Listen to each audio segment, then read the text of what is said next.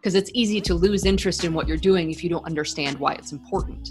Right. So I got very interested in team management and project management and systems creation and all of that kind of stuff. And I did that for years and did it for huge businesses and small ones and all different industries.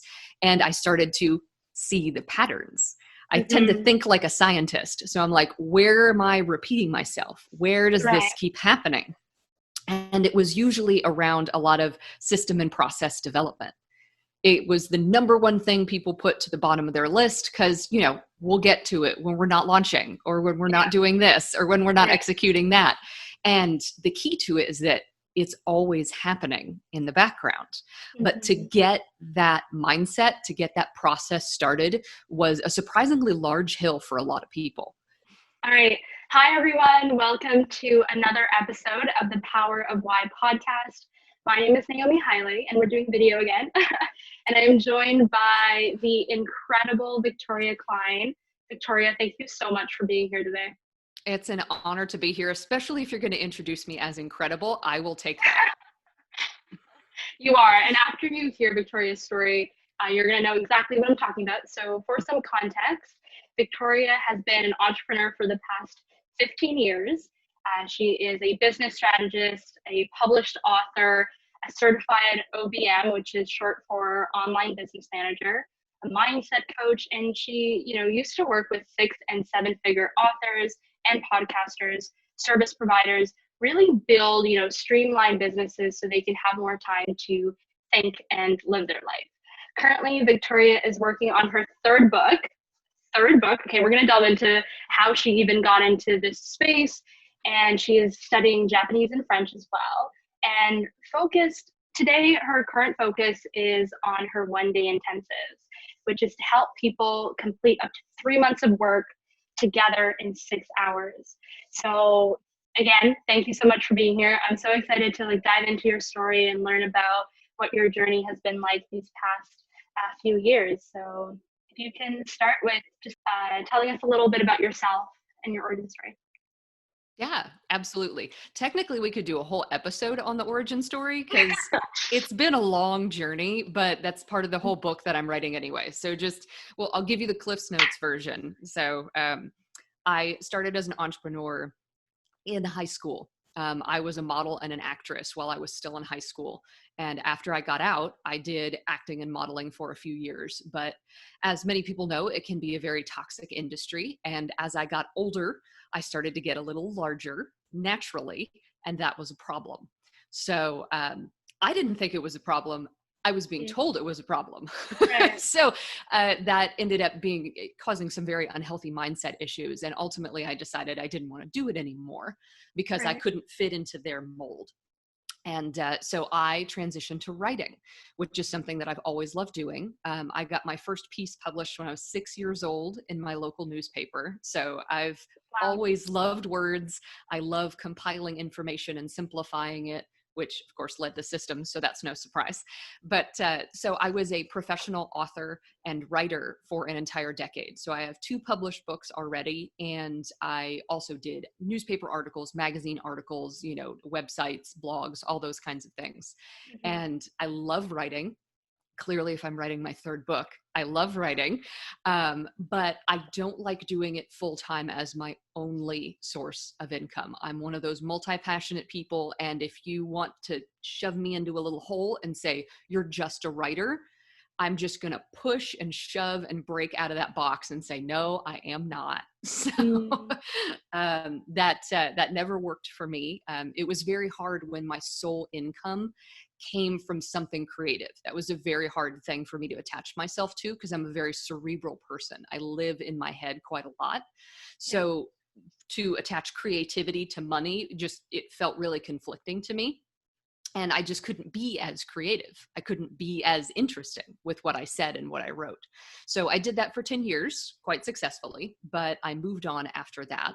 And I moved into doing personal assistant work for entrepreneurs and being a virtual assistant, which is very lucrative work. I know a lot of fantastic virtual assistants, but that didn't last very long for me because I found I had so much experience in the logistics of running a business online as well as marketing and strategy and systems and just all of these different pieces that fit together, that I thought there has to be something after that, right? Most people don't just have like 12 virtual assistants and constantly keep talking to all of them. There's absolutely no way that's possible. So that's when I found out about online business management. And I dove into that. I was doing that for 4 years, going on 5. And it was way better because I got to see the whole picture and see the influence and all the systems and the interactivity. And it was kind of like watching, an ant farm and seeing how everything moved and everything worked together. And I love doing that work. But I realized that no matter what you do, ultimately, there's a lack of efficiency. And I'm not obsessed with efficiency. Some people really are. They're like, everything must be efficient. Get up at 5 a.m., do your thing. Right. No, that's not, I'm human, by the way. Where's the mystery in that? Where's the nuance, Yeah. Yeah, absolutely. So I'm not obsessed with efficiency, but I am curious about it. And one of the things that I've noticed with myself and with others is that ultimately it's a lack of focus. We have a lot of options in our world, even just online. I mean, right now COVID's going on, so we don't have a lot of options outside the store, but we do have a lot of options in general. So it can be very hard to make decisions. It can be very hard to decide, what do I focus on? What is worth my time? And so that's how I transitioned into doing intensives, which means that me and the CEO sit down and spend 6 hours together, virtually right now, but normally I would offer in-person options as well. And you can get an immense amount of stuff done when your phone is off and and we're focused on what's in front of us and we don't have any distractions. I get you food delivered. Like, you don't have to think about anything. Just show up and answer questions and keep moving things forward.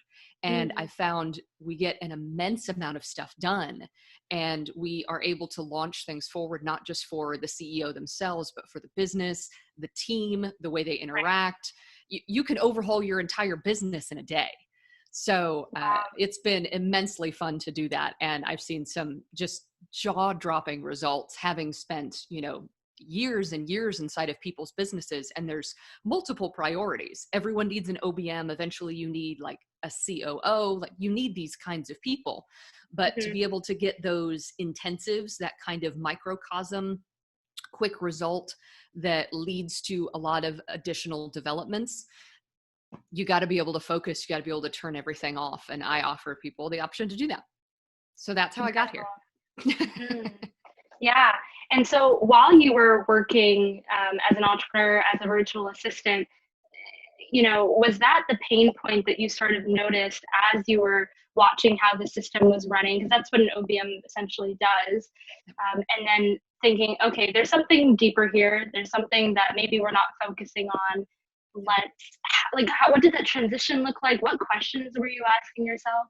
Yeah, absolutely. Well, the VA to OBM transition was definitely, a VA is a doer, a VA is an executor. So you tell the VA what to do and kind of how to do it. Like, you might have a system or a process. If they don't know a software, you might help them learn it. You tell them what to do and they do it. You tell them when it's due. You tell them, you give them content, whatever it is, and you have them do things. That's awesome. That's boring for me. That's not my personality. I can do. So if you know a lot about Gay Hendricks, that is a zone of excellence for me, is managing and executing and implementing ultimately. That's my zone of excellence. That's not my zone of genius, though. That's not where I ultimately shine and have the biggest impact. That's where strategy and like deep focused work really is where I shine. So the transition from VA to OBM was, how can I make this more efficient? How can I make this easier for the business to run, so the VA doesn't have to ask a bunch of questions, so that the VA understands how they fit into the system of the business as a whole? So I thought, what if we just blocked out a whole day and just started this? Let's pull all the people we can together and say, hey, like, this is your day. If I need to pay you extra so you're not working with other clients, let's just do this and see what we can get done. And the results were astounding. So I'm like, why am I not doing this with people solely? Like, why am I not helping more people? Because when you're an OBM, it's a lot of work. You're inside that business every single weekday. So it's a lot of dedication. You can only handle anywhere from like 2 to 3 clients at a time. Right. That's great. You get to have a deep impact on someone's business, which I love. But I like helping a lot of different kinds of people. I'm multi-passionate. So I help coaches, I help course creators, I help speakers, I help authors, I help podcasters, I help all these different people. But I can't do that. I had to consistently turn people away. And I'm like, but these people need help. Yeah. And I know there's a way I can help them. And that's to get a chance to work in depth with somebody at least once. I have repeat customers. I have people that come back every quarter, every other month. They're like, let's do this time. Let's do this time. You're going to get addicted to, having a focused day. You really do. It's amazing. Right. I can only imagine. And being able to help people get to the root of what that looks like and being able to plan for 3 months out, I think that's every person's greatest dream. You know what I mean? Absolutely. I'm curious about your time now that we're isolating and we're working from home. Has that changed at all the dynamics of how you're doing business right now? And I can imagine that the results are still the same, like you're still able to interact with people like we are right now. But how has that impacted the strategy work that you've been doing? Yeah, absolutely. With the unpredictability of COVID, it might seem impossible to create a strategy. And you're like, so how can I plan for anything? Right. But that's the beauty of a strategy is now we just add in some extra fallbacks. So if something happens, there's more ifs. There's more ifs. So there's more options. There's more alternatives that we can plan in depending on how a previous launch goes, depending on how the previous quarter's sales are, depending on the kind of traffic you're getting. And you can start to pivot and focus and shift on different things. But one of the most important things that I've noticed with everything going on with COVID is A, don't be afraid to pivot. Obviously, help people where they truly need help right now. And B is that I'm going to harp on this again. Be prepared. You know what I'm about to say. You have to focus. Right. You can't sell 12 different things at once. You need to focus on the thing that you know is going to have the greatest impact for people and just sell that one thing. I don't care if it's course. I don't care if it's a strategy session. I don't care if it's ongoing services. I don't care if it's a book. I don't care if it's advertising on your podcast, whatever it is. Focus on a thing to sell and keep talking about it. Talk about it in your newsletter, talk about it on your podcast, talk about it on other people's podcasts, talk about it on social media, talk about it on your website. If you only talk about one thing, that repetition is actually what sells people. You can have the fanciest sales page all you want, but if all they ever hear about it is on your sales page, they're not going to come back to it. Human brains work on repetition. The more we hear it, the more we start to apply it to ourselves. So we start to think, would this be good for me? You see testimonials from other people. You start to hear about them talk about it in a different way. And you're like, maybe this is a really good idea. I should see what this is about and dive a little deeper. And it's creating that consistency and that repetition that is actually what really gets people to buy, not, you could buy my course or my book, or you can work with me here, or you can do this. All these options. Yes. Yeah. The more options, the less likely you are to choose. We get that decision fatigue. And right now we're all fatigued already, right? Like we wake up anxious. Like we probably go to sleep a little later than we should. Like it's just, we're all dealing with this COVID exhaustion. And it's August while we're recording this, and COVID's been going on since February, March? We're all exhausted. We just are. Like, it's just, it's this undercurrent that we're all dealing with. So don't give people more choices. Give them an obvious choice. And that's one thing. That's really powerful. And I think that's when we look at building brands, they evoke feelings within people. And I think I don't think there's such a thing as like bad brands and good brands, but really strong and weak. And I think when you're able to really consistently, as you said, and with repetition, sell like the same idea or evoke the same sorts of feelings within people, that's what they'll remember you by. And I think it's the same with people.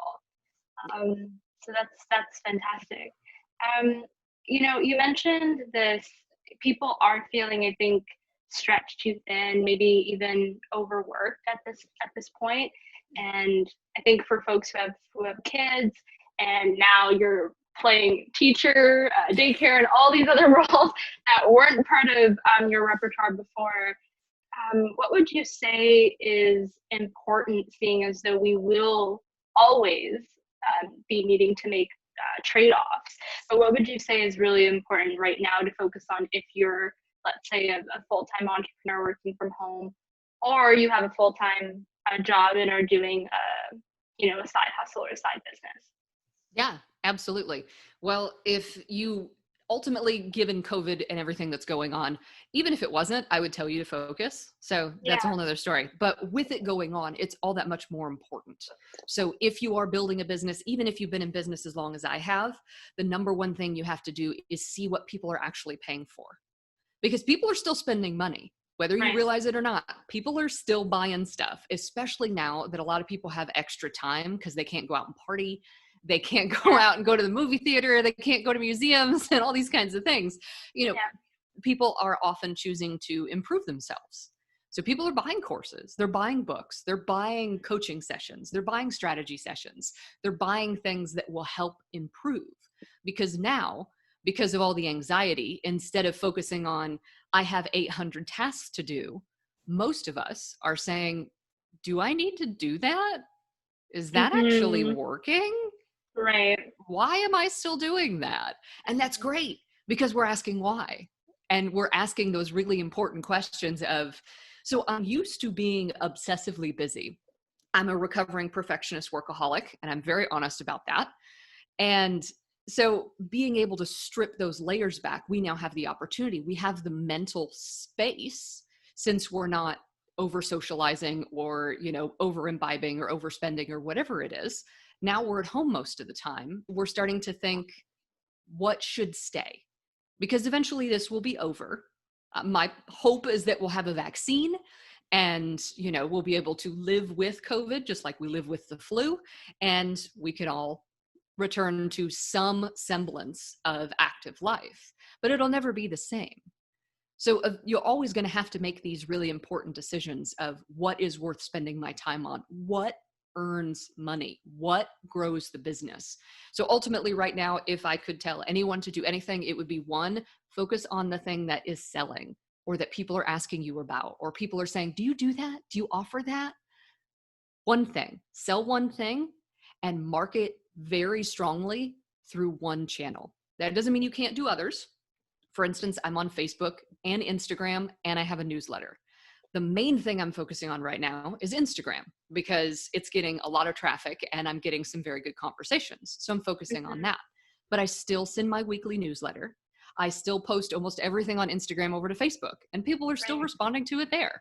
But focus on one thing to sell and one marketing channel to bring attention to it and to support other people. Go to other people's accounts, comment, actually look at your feed, set time on your calendar. Don't do it whenever you want, because you'll get stuck into the rabbit hole. So pick a specific time during the day and say, I'm just going to go through Instagram, and every single thing I find interesting, I'm going to leave a comment. And I'm just going to keep going and going and going. And I'll respond to anybody else's comments. I'll send DMs if someone said they wanted to talk to me, and just socialize virtually. Get that feeling and that desire and that connection there. And ultimately that will get you more comfortable about talking about your one thing. Now, I'm an introvert. I don't like talking about my stuff and selling it, but you can trick me into it by having a DM conversation with me, or doing a podcast like this or something like that. If you just walked up to me and be like, sell me your thing, I'd be like, no, ew, gross. Like, I wouldn't even want to work with somebody like that, first of all. So that's important. But having one thing to sell and one marketing channel, if it doesn't support that, if it's not making you money, if it's not helping you plan for when you can ramp business up more, let it go for now. Put it in a Word doc, put it in an Asana template for later, store your great ideas, but allow yourself to just not work as much, because we're all exhausted. And especially if you have kids in a family, then you need to be there for them. You need that energetic availability, and they're going to feed off of you, as they always do. Even my partner and I feed off of each other. So if I'm having a bad day, they're having a bad day. If they're having a bad day, it's a 1-bedroom apartment, friends. It's not huge. So we feed off of each other. So you have to be willing to communicate. You have to be willing to say, man, this COVID stuff is driving me crazy. I can't watch the news anymore today. I'm losing it. Good. Let's watch SpongeBob. I don't care. Right. Watch SpongeBob as a family. Like, have a Marvel movie universe, marathon. I already did that. It's really fun, by the way, if you watch them all in order. So, do something fun like that together, and that's way more exciting than, another tweet. That's way more exciting than, let me just change the wording on this page one more time. This is the perfect opportunity for us to actually connect on a really deep basis, and we have no idea when it's going to go away. So let's get the habit in of connecting with each other on a deeper basis this way. And that includes as business owners. That includes through DMs and emails and newsletters. And man, if you read my newsletter, it is very raw and very real. And I'm more honest than I am anywhere in public about what I go through as an entrepreneur. And it's been, I've gotten a huge response because of it, because people aren't really talking about that stuff. And I'm like, we need to talk about that stuff. If we don't, then we're all going to pretend like hustle grind culture and working at 4 a.m. is normal.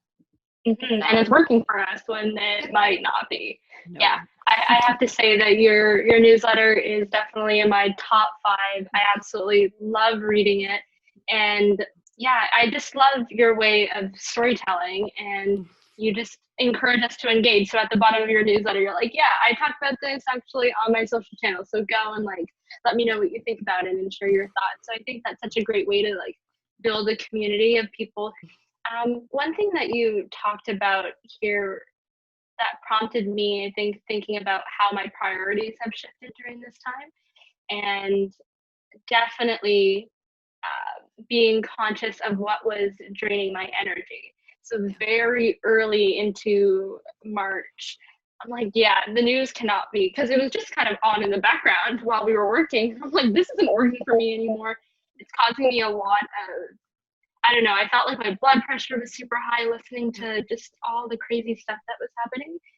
And it was taking away from my ability to focus and work without me even realizing it at the beginning, right? Yeah. So how have your priorities shifted? I know, really cool side note, I'll link to Victoria's website in the show notes, but she lists things that she's focused on right now. And I think that's such a cool way to, you're clear on it. I'm like, whoever's looking at your website is very clear on it as well. So how have your priorities shifted, and what advice do you have for people who are looking to sort of rearrange and reprioritize? Yeah, absolutely. My priorities have shifted in the sense that, very similar to what I was talking about before, I'm shedding a lot. I'm shedding a lot of I should be on LinkedIn. I should be on Twitter. I should have 5 funnels. I should have a course. All of those shoulds are exhausting, but we get fed them a lot as entrepreneurs. This is the best way to make money. This is the only way to make money. This is the only way you'll make 6 figures. This is the only thing that's important right now. And when you deal in those absolutes, I always question it. There's my questioner, my scientific, my why mind of, is that really true though? Because I'm 36 years old and I've lived this long, and I know that nothing is that definitive. Nothing is that yes, no, black, white. Nothing. We all live in shades of gray. So when we start to get those absolutes in, I start to wonder, where is the gray area there? So I've been focused incredibly on just consistency. So I consistently respond to emails the same time every day. I consistently go on social media at the same time every day. Some days it has to change because I have a meeting or what have you, but I have a block of time on my calendar and it's set aside specifically for that. So I'm consistently writing my newsletter. I'm consistently reaching out to other entrepreneurs and connecting with them. I'm consistently participating in the communities I want to be a part of. And just having that little bit of foundation of consistency has, frankly, I think, saved my sanity. Other than from a personal perspective, I would say eating healthy helps a lot. Trust me, I want to eat all the cookies too. It's okay. I get it. I really do. My skin will get very mad if I eat all the cookies, and I also just don't feel great. I have a hard time being consistent if I don't do that really unsexy stuff of taking care of myself. So one of the things I also do is now every morning I roll out of bed very happily, thankfully, most of the time, because I'm grateful I woke up that morning, and I have a big glass of water and I go take a walk outside. Because getting that chance to be outside, obviously very safely. I live, a little more in the countryside. So I do have a path that I can walk, and I don't encounter that many people, and I can keep my distance. So it's all safe over here. But I go outside and I take a walk because it helps me to connect with that kind of bigger why, and that gratitude of being alive and thankful that I'm not suffering right now. And I have what I need. I'm safe. I'm healthy. Everybody, most of my people, I have some friends of friends who are not so healthy, but most of them are all healthy. And I can just be grateful for that and start my day from there instead of, crap, I have to cook this, I have to make that, I have to respond to this email, I have to decide my priorities when I wake up. Nope. I do that the day before. My whole calendar's all planned out. I've set aside time. I've set aside buffer time. And I always take my walk in the morning. Always. That's just my thing. Like, yeah, hair does not look this good when I roll out of bed. Trust me. Hair's up in a ponytail. I'm probably in yoga pants, but you know what? I'm outside. I'm moving. Everybody else I see out there is usually running and they're just sweating their butts off. And I'm like, good for you. I'm going to keep walking. And, it gives me a chance to connect to that bigger why. And that bigger reason of why I'm an entrepreneur and why I'm doing what I'm doing and why I help people, instead of just being in reactionary mode of, I must complete my to-do list. This is absolutely important. And allowing that little bit of space that most of us now have, especially if you have kids, they might not want to roll out of bed and take a walk in the morning, but you can offer it as an option and just say, Mom's going for a walk. Do you want to come? Because otherwise you don't get breakfast till I get back. So take your pick. So do what you want. That little bit of time has made all the difference. And, I can give you all of the business strategies in the world, but all of those everyday personal decisions that we make have the biggest impact on our business. Mm-hmm. That has been my way of getting back to me, because I think at the end of 2019, the very common conversations that I was having with my peers was, this isn't working. Like, this whole hustle of like going from here to here to here, having to show face at every single networking event and just being exhausted. But not me. But we you wouldn't have seen me there. I can tell you that right now. But we think, I think we reached a point where that became normal, like the functioning, I don't even want to say it wasn't productive, right? But functioning at such a high level without even realizing that you were burnt out or very close to burning out wasn't working at the end of 2019. And coming into this year, it's crazy what the times that we're in right now. But having those anchor periods within the day, like yours is your morning walk, mine is morning meditation, and just making sure that I'm like consistent with it every single day. And if I feel like I need to skip it, I'm just like, okay, let's just do 5 minutes. And I think when you're able to just start it, then it's like, okay, the momentum starts to kick in and you actually, I'm better for it, right? You talk about having one big goal every year, and for you it's to write the first draft of your next book. Can you talk about how you sort of arrived at this and what your decision making process really looks like? Yeah, absolutely. What your big goal is? Yeah. Well, for me, I sit here, I've talked a lot about focus today. And the reason why I talk a lot about focus? I suck at it. That's why I talk about focus all the time, because I've spent the majority of my life not focusing. You can be multi-passionate and focused. It sounds oxymoronic, but it's true. You really can. And the key is you just have to peel away the other things that aren't important. So there are a lot of things I could have focused on this year. Obviously, when this year started, I didn't know about COVID. So if you decided that you wanted to make $1 million this year, you might still be able to, by the way. The year's not over. So hang on to that. But for me, I tend to split my focus. I'm like, let's try and build a course this year. Let's try and appear on a podcast at least, 3 times every month. Let's try and do this. Let's try and do that. And what usually happens, maybe some of your listeners have experienced this, is that when I split my focus, I kind of half-ass everything. And I don't actually accomplish any of the things I wanted to do. And by the end of the year, I'm like, what did I do all year? Like, I don't even remember what my goals were. Like, how many were there? When was I supposed to finish this? Who's keeping me accountable for this stuff? Nobody. It's not going to work if it's just me. So I found that if I have one big goal for the year, and maybe that is creating a course, maybe that is working with 20 different entrepreneurs by the end of the year. Maybe that's doing, an intensive every single week for 3 months. Whatever goal it is, being able to focus on that, all my decisions can be based around that. So for me, I decided on my book. This is a book idea I've had for over 5 years. And I've gotten all of those tensions where about every other week it was like, hey, I feel like we should write that book. And it's like, okay, I'm listening. I got it. All right. So I decided that this year, that was my goal. You can't edit a blank page. So I decided that I'm going to write my first draft. And the book that I'm writing is completely different than the first 2. So it's a whole different experience. I can't approach the writing the same way I used to.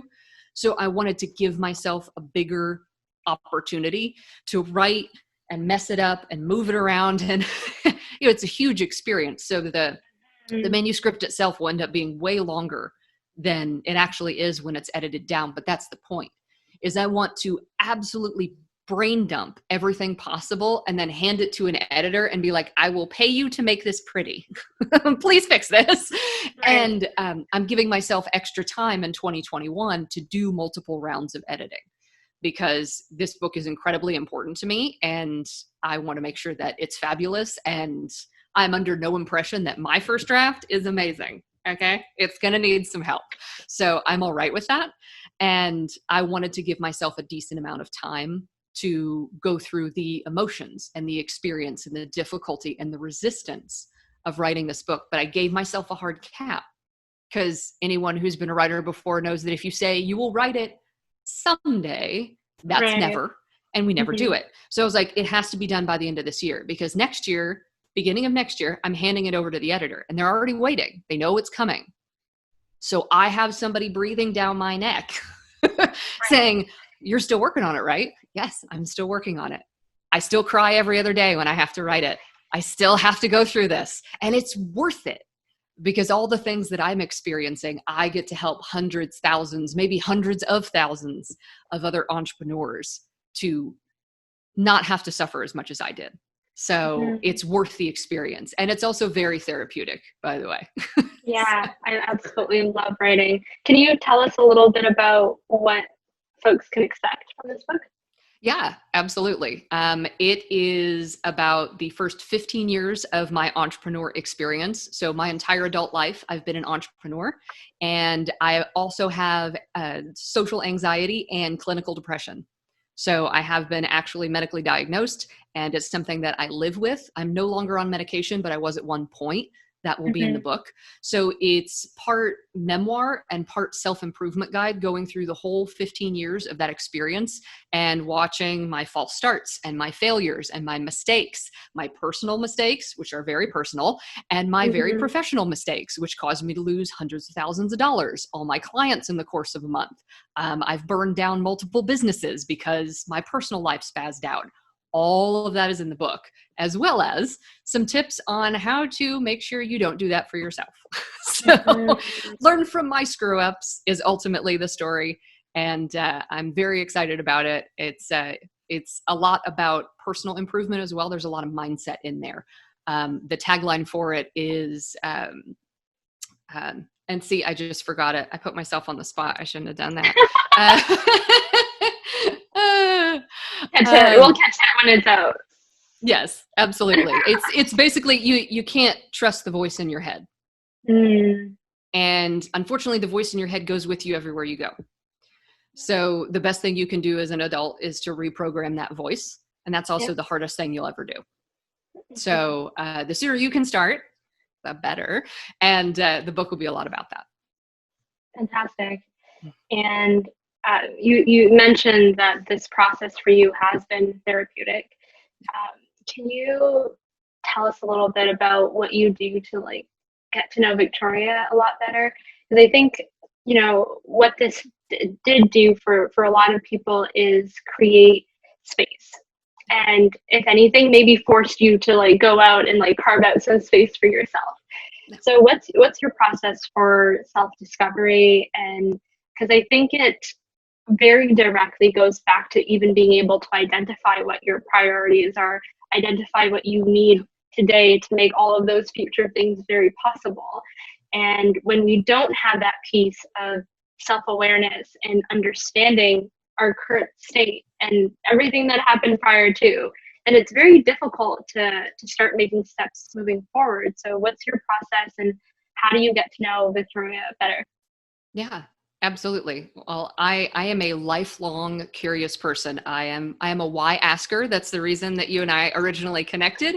I mentioned that on my interview with Gwen, that I am an obsessive asker of why, because as you start to peel the onion layers off and you ask that question multiple times, you get to the bottom and you're like, I have no idea. I heard it on a podcast. Okay. I read it in a book. I feel like I'm supposed to. Okay. Well, then we'll start from there. So, one of the things I love to talk about and I love to be very frank with is I go to therapy. Yay, therapy. Yay. So if you are out there and you're listening and you go to therapy, congratulations. You're awesome. If you're thinking about it, go for it. I was in therapy when I was younger. And I was on medication at the time and I stopped for a while, but I realized that after a certain amount of books and podcasts and self-discovery, and I was a yoga teacher professionally for 3 years and all of this, you know, peeling off the personal onion layers, I can't do it all myself. Like I do have a lot of self-awareness, but I'm also super blind to a lot of the things that I do because I see it from my perspective. I'm like, oh, that doesn't bother anybody. Yeah, it does. Don't do that anymore. And so I go to therapy and virtually right now, obviously, but that is an important part of self-discovery is having a external perspective. So I do also work with a business coach. So I have a additional professional external perspective because they usually call me on my crap when I start to fall into that, you know, well, no one's going to care about what I sell and I should just hide back here and not talk about it. And people will magically find me because I'm a fairy and I don't have anything to worry about. And it's like, no, we're going to shove you out there off the cliff and you're going to learn to fly on the way down. I react pretty well to those situations. So professionally, I have support. Personally, I have support. And then I take an active interest in understanding myself, which takes a lot of practice. I'm not going to sit here and say, I'm going to slap a Band-Aid on your bullet wound and figure out how to do this. I meditate every morning as well. And so you know the power of meditation. Again, I'm also a yoga practitioner. I stay physically active. Journaling is incredibly important to me. I am a writer. And if you are the kind of person who tends to run scenarios in your brain in a circle over and over again, I encourage you to stop and write it down. Because one of the things that's been most helpful for me is to get my thoughts out. For some people, it's conversation. They love talking. They love talking it out with someone, or they love to come to someone and say, hey, I just kind of need to vent. Will you listen? I don't need any advice. I just need to let this out. Everybody needs people like that. I love to write it because I notice that as I write, it starts to get a lot more honest because I start to get past the surface level of, you know, the ego and everything like that. And I start to get deeper as to, wow, I remember this from childhood, or geez, this reminds me of a business I used to have. I'm making the same mistakes all over again. I learned this lesson already. I don't need to do this again. And you, to a certain extent, can start to self-coach yourself. But being able to get it out of my brain actually physically makes me feel better. It's relieved headaches. It's maybe less nauseous. It's, actually relieved physical pressure. And, because as we learn in yoga, the body remembers. And if you keep it inside, if you don't talk about it, if you don't sweat it out, if you don't write it out, your body remembers and it stores everything in there. Yeah. So that's a source for some people for illness. I'm not going to say, all you got to do is just let it all out. You'll be fine. No, life and bodies are way more complicated than that. But for some people with, minor issues, that can be a lot of it. You can be poisoning yourself by not letting yourself fully experience what you're doing. So I've tried to just simply get better about that and noticing my discovery. So I write a lot. I actually have a digital journal because my handwriting is horrid. So I type really fast. So if anybody happens to prefer to type, you can have a journal that you type. And because I'm writing this book, I've actually been going back and reading old entries to include actual specific things that I wrote in the book. So cool. And wow, I was messed up. And it's great to see that perspective and be like, girl, you have made so much progress. Like, I know you still have ways you want to go. I know you still have things you want to improve, but having that visceral data of, I actually thought that was healthy. I actually thought that was important. Being able to have that perspective is really important. And I don't think you can get that any other way, truly, honestly, deeply, inherently, without actually having written it down for yourself. Mm-hmm. And, even if you're not a writer, I can hear it in my brain. A lot of people aren't writers. That's okay. I call it, the way I usually do it is I just call it a brain dump. So just, open the page wherever is safe and secure that no one else is going to see, because this is just for you. Just brain dump. The first thing that comes into your head, just start writing about it. Was it a fight yesterday? Is it something you're looking forward to? Did you eat something and think it tasted awful? Start writing. And it will just start falling out of you, because your body and your mind are going to be so grateful that you're getting rid of all this junk you've been carrying. They're like, oh, I want to talk about this. Oh, I want to talk about, and just keep going. Just keep going until either the thoughts stop or you need to move on. That's okay. Leave it unfinished. There is no finish. Just let it out. Just vomit it all over the page and stop when you need to stop, either because of time reasons or because your fingers just stop because you run out of things to think. Leave it alone. The next day, come back and do the same thing. Yeah. Open a new document, do it all over again. And, date them so and give yourself the opportunity. It's usually great around the holidays, if you're particularly not busy, or whenever you do take a vacation. Take some time for yourself. Just open a random one from like 6 months ago and read it and see what it says. And I can't tell you what's going to happen, but you're going to enjoy it. It'll be worth it. It's really powerful. Hold on. I want to share something with you. Yeah, absolutely. Well, not just sharing it with you, sharing it with everyone who's listening to this. Similar to a journal. So I just had this box with a whole bunch of notes, and this is my version of a gratitude journal, essentially. But every evening before I go to sleep, I'll date it, and then I'll write one thing that I'm grateful for that happened today. And it's so cool to go through if you have friends who also want to do this thing, to go through it at the end of the year or on New Year's and go through experiences, because you're right. And I think capturing in a journal is really powerful. And for you, you're using it in your memoir and the book that you're currently writing, to really capture what you're feeling in that moment. You can't do, 10 weeks from today. And because you can't even remember what you had for lunch last week. So I definitely do not remember. I can tell you that. I'm glad that you're doing that, and also saying wow, look at how far I've come and how much I've grown since that period of time. So beautiful. And as we start to wrap up, a book that I'm currently reading is called Essentialism. And you used to, did you read the book? Have you read it? Yes, I have. I think that's one of the ones I reviewed on my website. Yes, I absolutely love Essentialism. I love it, love it. It's a great book. Yeah, and for anyone who's read the book, Victoria talked a lot about the themes that are also found there. But, you talk about being able to essentially discern the essential from the non-essential, right? And focusing on what's really important. And you've shared like a few examples on your website as well of how this plays out with your clients and also in your own life. So what does that look like for you? So for me, it's like setting boundaries and being able to say no without explanation. What are some other examples that you think are really important for people to know about? Yeah. Well, no is a full sentence, by the way. I love that. I will never forget that. We talked about I'm a recovering workaholic perfectionist.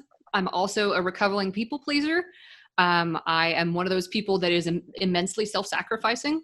I was one of those people. Let's correct that. I was one of those people. I'm progressively not anymore. And it's been a long journey, and it's something I continue to work on because it's easy to fall back into. But for me, determining the essential from the non-essential, obviously business and personal, they can, kind of muddle together and all that. But I have some very key things currently in my life that are benchmarks for me. And if they don't contribute to those things, I'm not doing it. Either I'm going to hire someone else to do it because there's VAs and coaches and OBMs, and there's more than enough people in this world that are incredibly talented and probably better at doing it than you anyway. So pay those people if you can afford it. If you can't, you have to decide if it's actually going to, as we say, move the needle. Is it going to actually get you closer to making money? Because right now that is immensely important. Because ultimately, if you're not making money, you don't have a business, you have a hobby. And hobbies are awesome, but how much money are you spending on your hobby? Really important. A lot of people don't even know that. So I know numbers aren't sexy either, but they're really important. So for me, I have a personal goal, which is to get 100% out of debt. I'm 36 years old. As an adult, I have never been out of debt. And that bothers me a lot. So I have $36,000 still to go, but that used to be twice that. So in just less than 2 years, I've already destroyed that much. So I'm very excited. So within the next 2 years, if I can swing things within the next year, it'll all be gone. So ultimately, if I'm going to buy something personally or even spend something in my business, if I don't have the funds in my business expenses and available, I have to ask myself, is this important enough to stay in debt for? Most of the time, the answer is no. I can find a workaround. I can find a free training. I can, bookmark what it was I wanted to buy. So when I do have the funds, I can get it, but I can find a way to make progress for now. Or I can just decide that's not super important right now. And from a professional standpoint, my goal right now, other than writing my book, obviously, is visibility. Because if nobody knows about me, they're not going to buy the book and they're not going to pay attention. So if it doesn't get me more visible, if it doesn't get me in front of more people, I don't do it. And most things that people come to me for, they do want to do that. So it makes it easy to say yes. But if, for instance, making a course right now, that would not help. That would not help me at all, because it would be spending a lot of money and I can't even guarantee it would work. So I do have my intensives, which are great and people love them.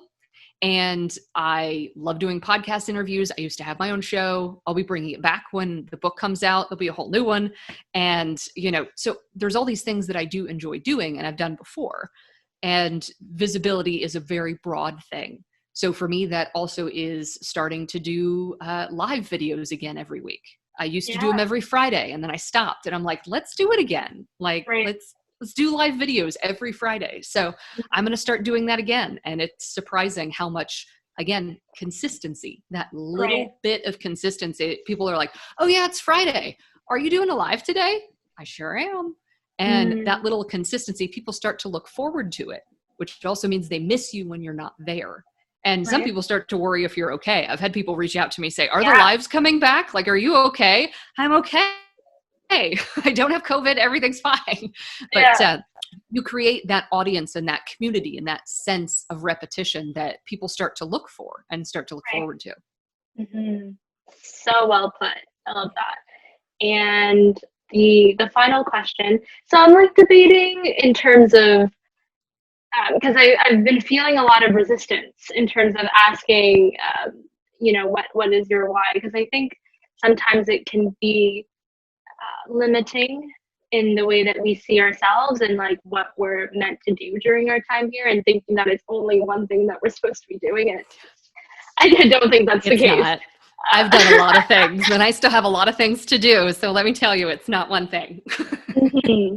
So I've been exploring, and you use this word several times, but just being curious about things and following your curiosity and not being afraid to ask why and dig deeper. So I think I'm going to start asking this question instead: is, what are you, in less than 2 sentences, like what are you curious by at this time right now? I'm curious about when people say they want to do something, but they never do it. Mm-hmm. I'm curious the why behind that. There's a lot of sources, but that continues to make me curious. I want to make systems and processes. You said that last year. Why haven't you done it? I want to be on more podcasts. Okay. Why haven't you tried to actually reach out to podcast hosts? Okay. And diving into that? And that's related to everything I'm doing now, as I'm curious why people say things are important to them, mm-hmm. but don't actually take action on it. Mm-hmm. Fantastic question that I think we all need to sort of ask ourselves as well, right? Because I think when we say that these XYZ is our priority, it's like, okay, let's look at our time and how we're spending every single day. And if this is something that's important to us a year from now, then our week should reflect that goal, right? Mm-hmm. So thank you, Victoria. Thank you for being here and being so open to share your story here and then also online. What's the best place for people to connect with you? Yeah, absolutely. Well, my website is alive and well, I'm happy to say. It's victoriaklein.co. I'm one of those really hip people that doesn't have a .com. And my username is Victoria Klein Co. over on Instagram, so you can find me there as well. Beautiful. So all of those links will be in the show notes.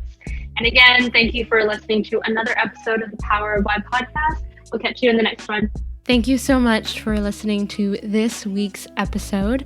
You can find the show notes at naomihaile.com. And if you haven't already, subscribe to The Power of Why on Spotify or iTunes, wherever you listen to podcasts. And I look forward to you listening to next week's episode.